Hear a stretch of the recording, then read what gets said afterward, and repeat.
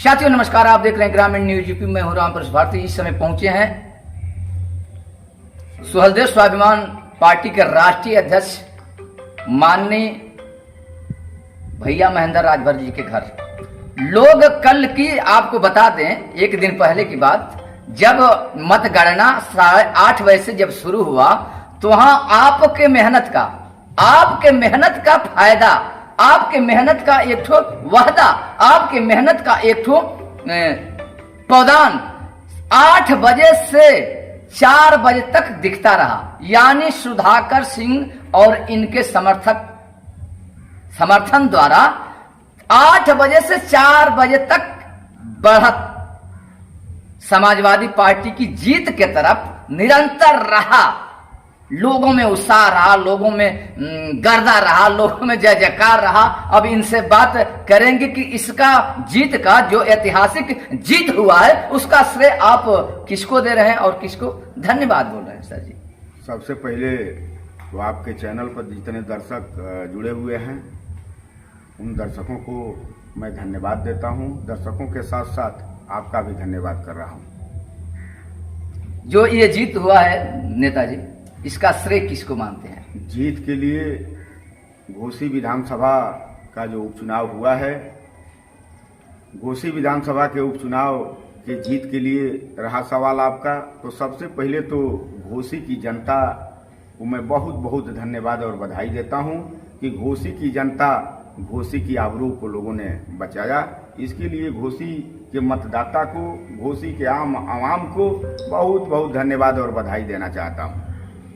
नेताजी, जो आप लोग मेहनत किए थे, वोट पड़ भी गया था, वोट दे दिए गए थे, अपना सभी लोग, पूरे घोसी विधानसभा के लोग अपना मत दे दिए थे, पेटिका में डाल दिए थे। अब फिर भी कहीं ना कहीं डर था प्रशासन का, शासन का। इसके लिए क्या कह रहे हैं? देखिए, सत्ता के घमंड में जो लोग चूर थे उनका मतलब पूरा नक्शा और उनके लड़ाई पर वहां की आम आवाम ने पानी फेरने का काम किया है।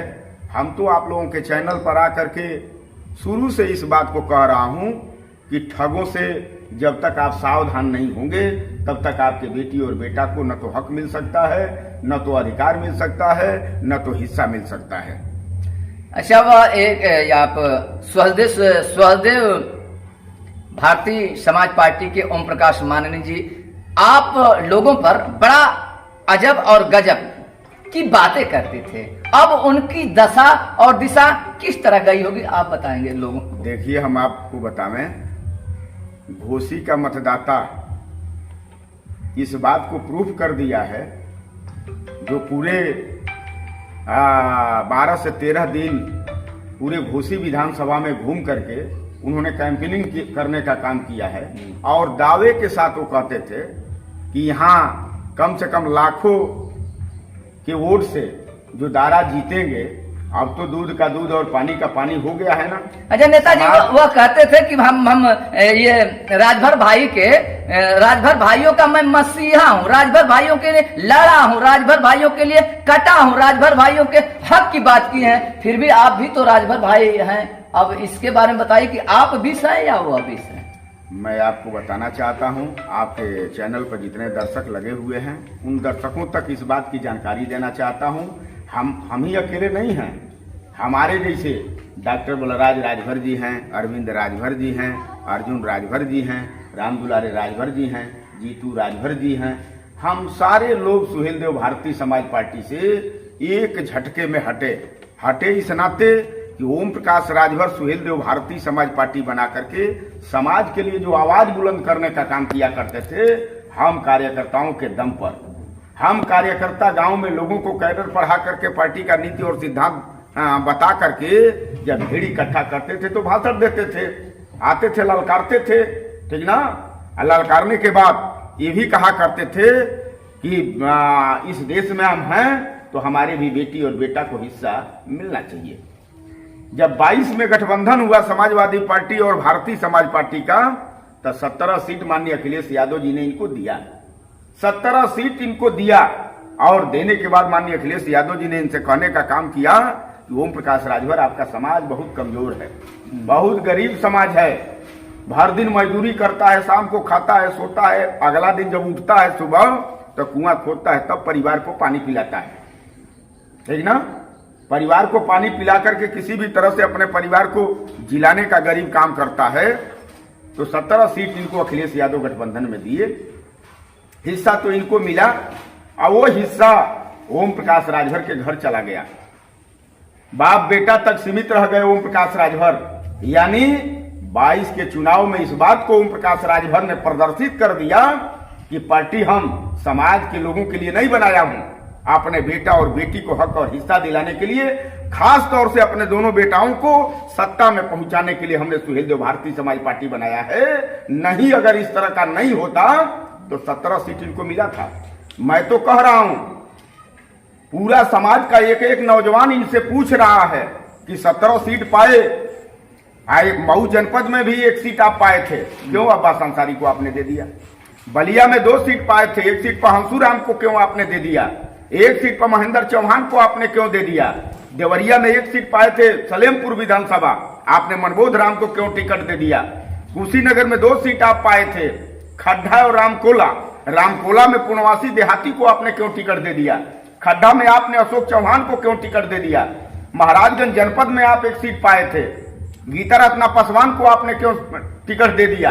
आप संत कबीर नगर में 1 सीट पाए थे, धनघटा, अलगूराम चौहान को आपने क्यों टिकट दे दिया?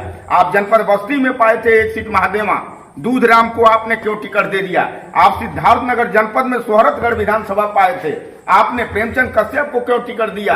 आपने सीतापुर जनपद में मिश्रिक विधानसभा आप पाए थे, आपने क्यों बाहरी उम्मीदवारों को टिकट दे दिया? इस नाते ओम प्रकाश राजभर का उनके सर से पर्दा उठ चुका है कि ओम प्रकाश राजभर सिर्फ समाज को गोलियां करके थोक भाव में सौदा समाज का करने का काम करते हैं। ये ओम प्रकाश राजभर का इतिहास है। और जो सीना ठोक करके बोलते हैं कि हम समाज को जगाने का काम किया हूं, तमाम नौजवानों ने पीला झंडा उठाया और गांव इलाके गली में लोगों ने घूम करके सुहेलदेव भारतीय समाज पार्टी के नीतियों को बताया। ओम प्रकाश राजभर की अकेले औकात नहीं थी, अकेले औकात होती तो 2-2 बार तो चुनाव लड़े। नेताजी, जब पूर्व की बात, अब जब बातें होती है, छिड़ जाती है, बातें छिड़ जाती है तो यादें आने लगती है। एक आपको पीछे ले जाना चाहते हैं, जब माननीय ओम प्रकाश राजभर जी प्रथम पौदान यानी राजनीति में जब जगह बनाए थे, घुसे थे,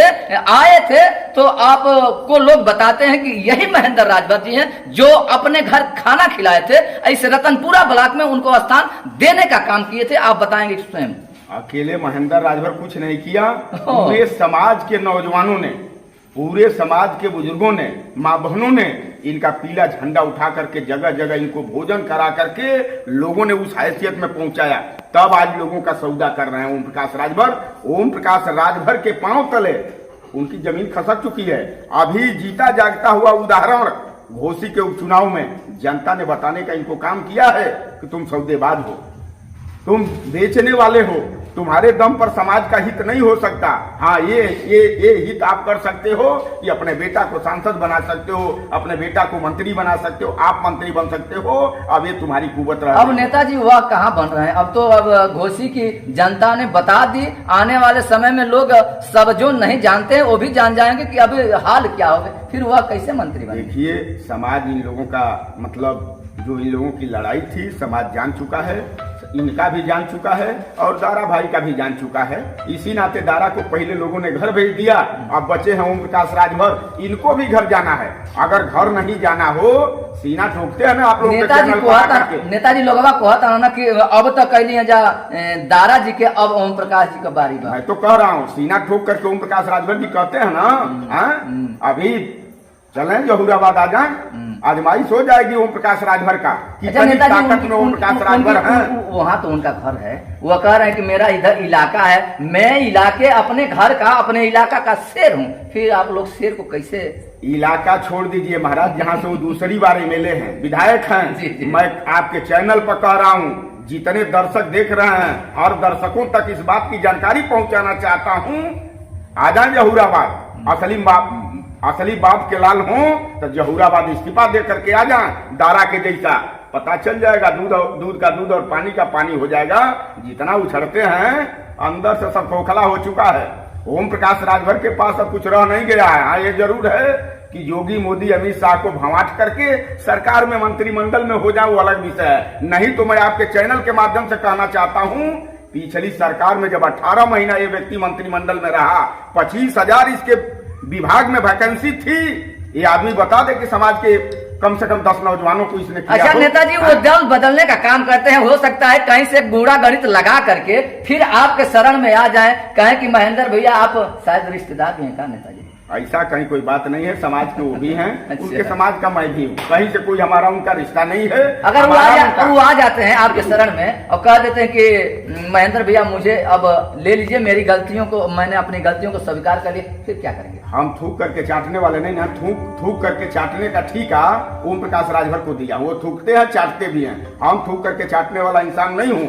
महेंद्र राजभर ने फैसला ले लिया तो मरते दम तक समाज की वकालत करेगा, चाहे जिसके यहाँ भी करना होगा मजबूती के साथ करूंगा। और एक बात आपके चैनल के माध्यम से कहना चाहता हूं, महेंद्र राजभर के लिए गठबंधन का दरवाजा खुला है। और महेंद्र राजभर जिसे गठबंधन करेगा, आपको बताना चाहता हूं, बड़ा कार्यक्रम करके उसी में तय करने का काम करेगा। और सबसे पहले समाज के नौजवानों को हिस्सा कैसे मिलेगा, समाज के बुजुर्गों को हक कैसे मिलेगा, समाज के माँ बहनों को हिस्सा कैसे मिलेगा, इसकी घोषणा महेंद्र राजभर पहले उस नेताजी यही बतिया जो आप बतिया कह रहे हैं, यही बतिया ओम प्रकाश राजभर भी कहते रहे, कहते लास्ट पौधान तक चले गए और वहां से गिरे हैं तो नीचे आ गए। हम ओम प्रकाश राजभर नहीं, यह जरूर है कि लंबे समय तक ओम प्रकाश राजभर के साथ महेंद्र राजभर रह करके कंधा से कंधा मिलाया था। साढ़े 19 साल कंधा से कंधा मिला करके चला।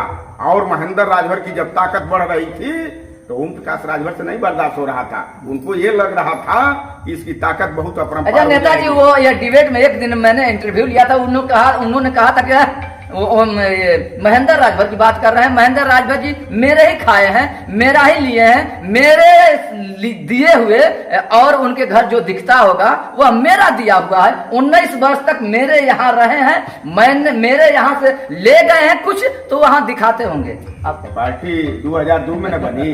पार्टी 2002 में ओम प्रकाश राजभर तमाम नेताओं के साथ बैठक करके उन्होंने बनाने का काम किया ना।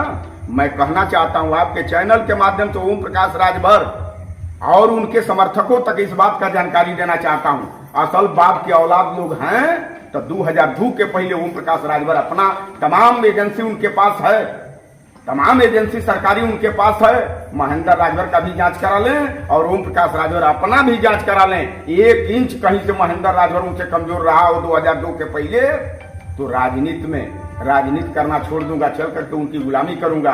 जांच करा लें चाहे किसी भी मामले में। नेताजी, अब बात आएंगी सीधे, अब लेके आना चाहते हैं यहाँ। अब ये तो अंगड़ाई थी आप लोगों की, अब 2024 में कैसे आप लोग लड़ाई लड़ेंगे, कैसे?